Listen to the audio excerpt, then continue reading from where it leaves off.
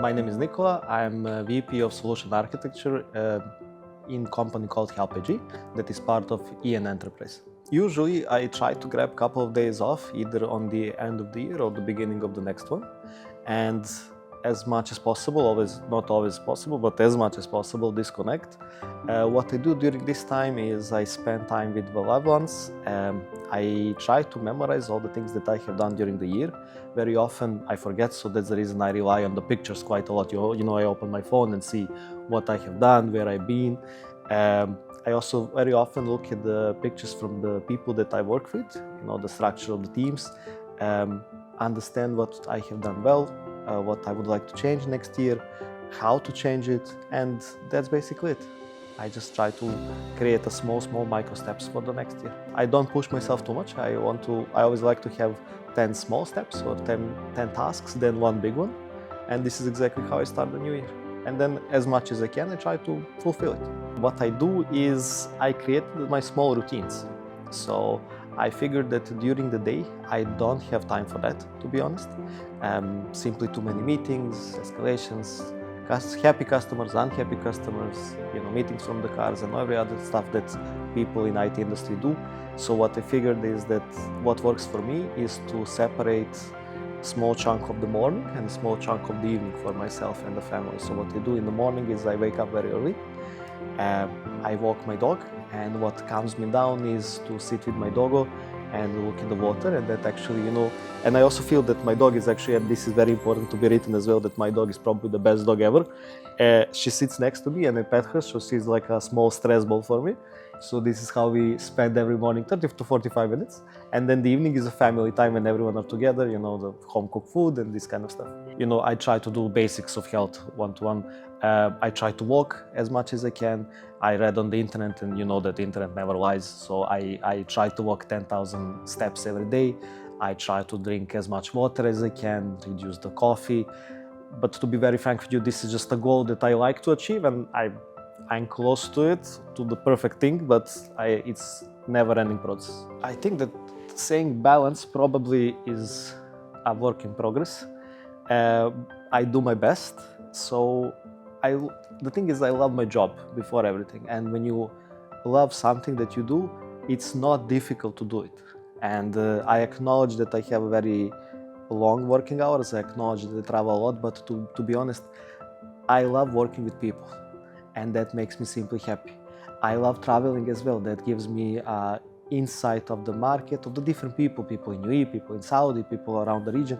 So it doesn't utilize as much energy as you would think of, to be honest.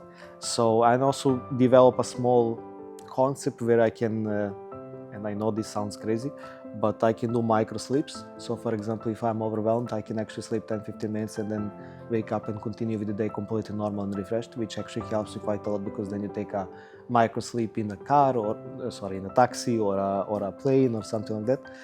And this is the idea. And then I try to plan as much as I can. Nevertheless, I work in sales, and you can never plan too much in sales simply because, you know, call will happen, drama will happen, you need to submit something. So this is the idea. There is not a lot of planning, it's just controlled chaos, to be honest. How am I planning to do it?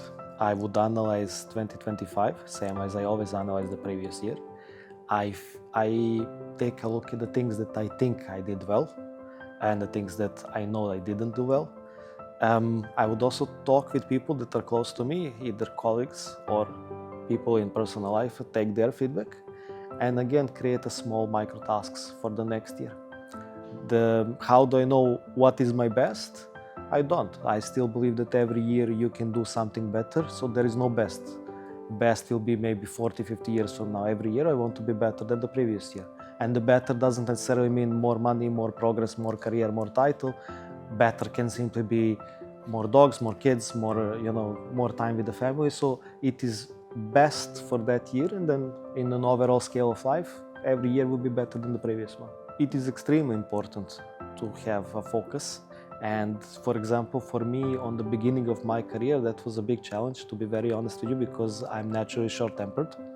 So, as you can probably see, which is a blessing and a curse. So what I do is that if I feel that email or a Teams message upsets me, usually I would step back and simply rationally make a decision not to work for 3 to 5 minutes so I can calm down, and then ask myself, are you making this decision, or are I writing this email based on the emotion or based on the rationale? If I still feel that I'm on the highest side of my temper, I will simply cool down a little bit longer. If I'm on the meetings, very rarely people can make me upset personally or pull me out of my focus. The biggest thing that I learned about it is that, and this is honestly something that comes with years, that it's not a speed race, it's a marathon. When you are younger, you are constantly on 150%, constantly pushing one more deal, one more opportunity, one more title, more money, more margin, more revenue, more people. And then with time you learn that you can probably achieve all of that, but also slightly calmer and in micro steps again. My point of view on that one would be that, look, a leader is a leader because he is good in what he does or she does. So explaining people how to do better than job doesn't make a lot of sense. They're already good in it. But I also feel, and specifically maybe in the region where we live, it's very high pressure environment. It's a very ambitious environment. There are a lot of goals. There is also a lot of competition. All of us are forcing ourselves to be better. And we often, not always, but often forget about the family, about the other part of our lives, which is health, which is family happiness. So I think that what helped me, for example, is that I have a small checklist during the day mentally. Did I pet my dog enough? Did I have a coffee with my girlfriend in the morning? Did I speak with people that I love X amount of minutes per day? So I feel that leader will be a leader and leader will be better every year, 100%, I'm sure about that one. But what I would just simply advise them is that not to forget that other part of the equation, which is personal life and, Hi, my name's Anna Zeitlin. I lead the FinTech and Financial Services practice at the law firm Adelschuk Goddard. I've been in Dubai for nearly 14 years. I can't believe how much change I've seen, but it remains a very exciting place to be. So much going on and so many developments almost every day. Maybe my story is relatively vanilla. I grew up in London. I went to university to study law. Perhaps a more exciting part of the story is I actually ended up studying law in Mandarin, and I spent some time living in China. I massively enjoyed my time in the Far East. I think it's incredible. But when I was a relatively junior trainee lawyer, I had an opportunity with my old law firm in Dubai. Never thought I would see myself in the Middle East, but here I am, and I couldn't really step away from it. It's an incredible place to live, and it's fun to have been here for a long time and to really have witnessed the growth and the development. I actually relatively recently stepped into partnership at the law firm that I work at. I've been there coming up for 2 years. So this has been my first full year as a partner. It has been an extremely busy time, and it's a real adjustment from my previous role as a director, whereby you don't have all the responsibility that you have as a partner. But I think it's been a positive one. And I have to say, when I look back at the year just gone, you've got to assess the positives and the negatives. You can't always be on one side of the fence. And overall, I would say that it's been a positive year. I can't complain. In terms of mental health, well, I think mental health, if I'm being honest with you, is a subject that was just not spoken about when I started my career. I think that it is a subject that, rightly so, is becoming more and more spoken about and more prioritized. That being said, the legal profession is still not very good at embracing discussion on mental health and a healthy approach to dealing with problems that people might be having. I personally try to have an open dialogue with my team to make sure that they are happy and they're thriving, because if they're not, then they're not going to be producing the best possible work outcome. As for my own mental health, I try and take as good care of myself as I can, But it's not always easy, and I do quite often forget to prioritize that side of myself when I'm focused on work or focused on delivering to a deadline, that kind of thing. So I think that I have become more confident. I would say that particularly women in the law have not always had the easiest time, and we are now seeing more women stepping into senior roles. Still not enough, in my opinion, and we need to see more. But I would say I definitely embrace that side of being a female partner or a female leader. I don't always mentally see myself as a leader, but it's something that I am increasingly feeling more comfortable with admitting and getting into.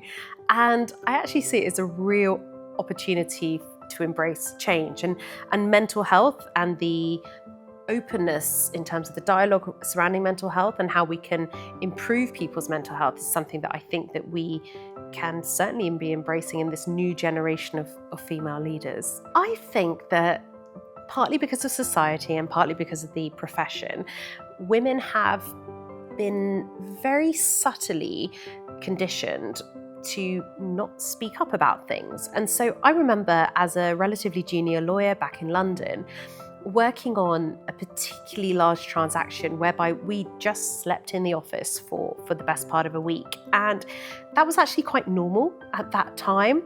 And actually at that time, I had a huge amount of personal things going on in my life, but I didn't speak up about them because it wasn't the done thing. And actually there was some pride or pleasure taken in being an endurance athlete in that respect.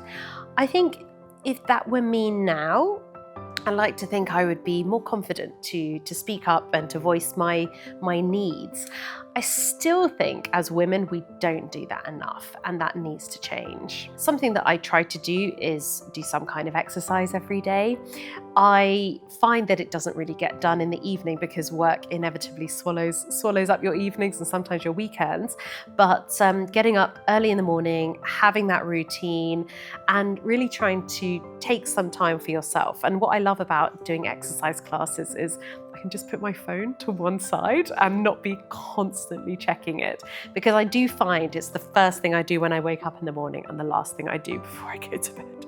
I think maintaining some kind of routine wherever you are is important. I've got to travel to Saudi this week and I'm already thinking, okay, how can I make sure that I get enough sleep in and I manage to go to the gym maybe whilst I'm there and that kind of thing.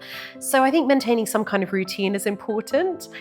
And I suppose taking a moment just away from your electronic devices to really regroup and sort of be mindful about your day just past and your day ahead.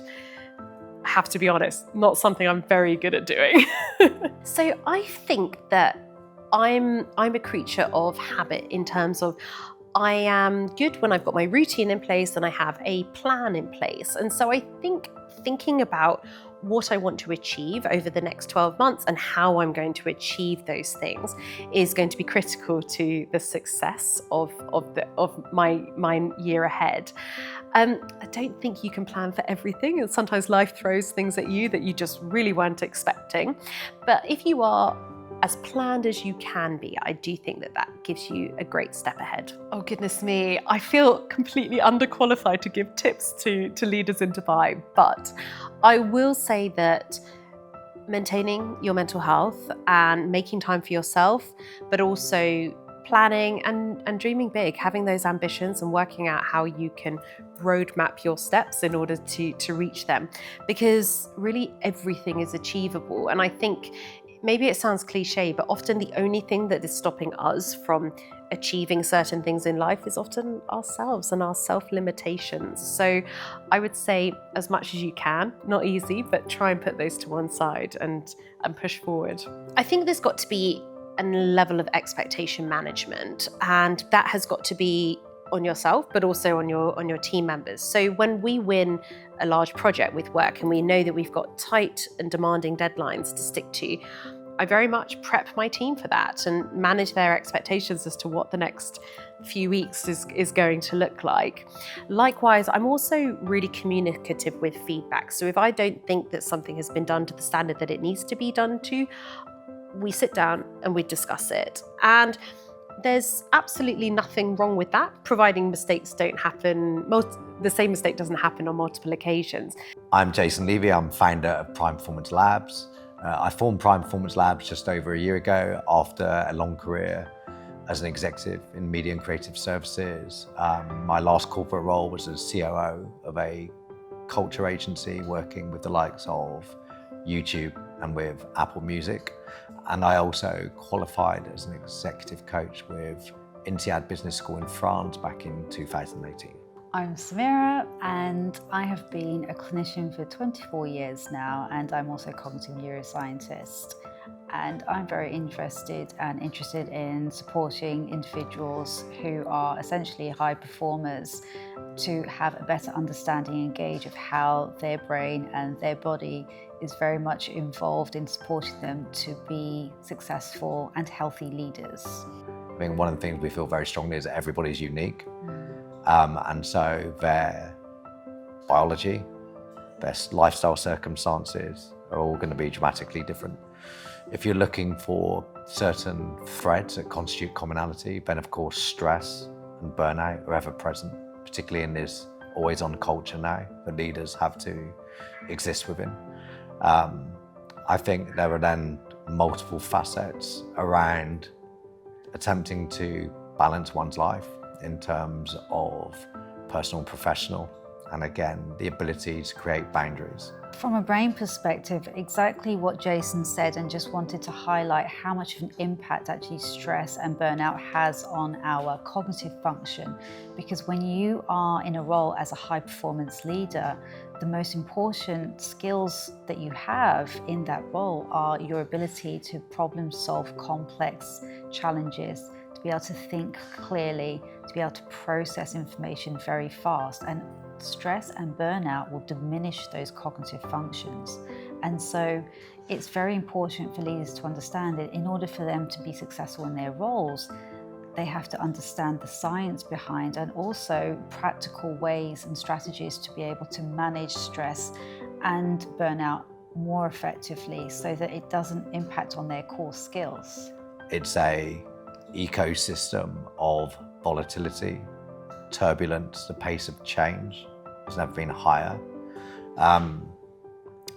Balanced against that, you then have some very toxic cultures out there and perpetuated by social media. So this sense that what you're doing is never enough, this belief that harder, faster, stronger is the right way to go, creates impossible expectations on leaders. And so that can firstly weigh heavy emotionally.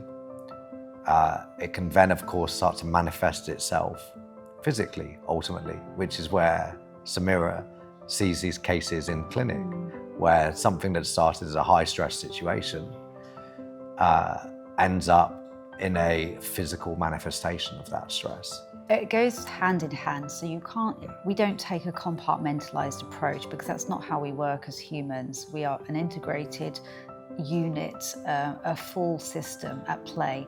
And so in alignment with that, we really try to protect that way of working by not compartmentalizing and simply working with the brain or the body or simply working with leadership skills.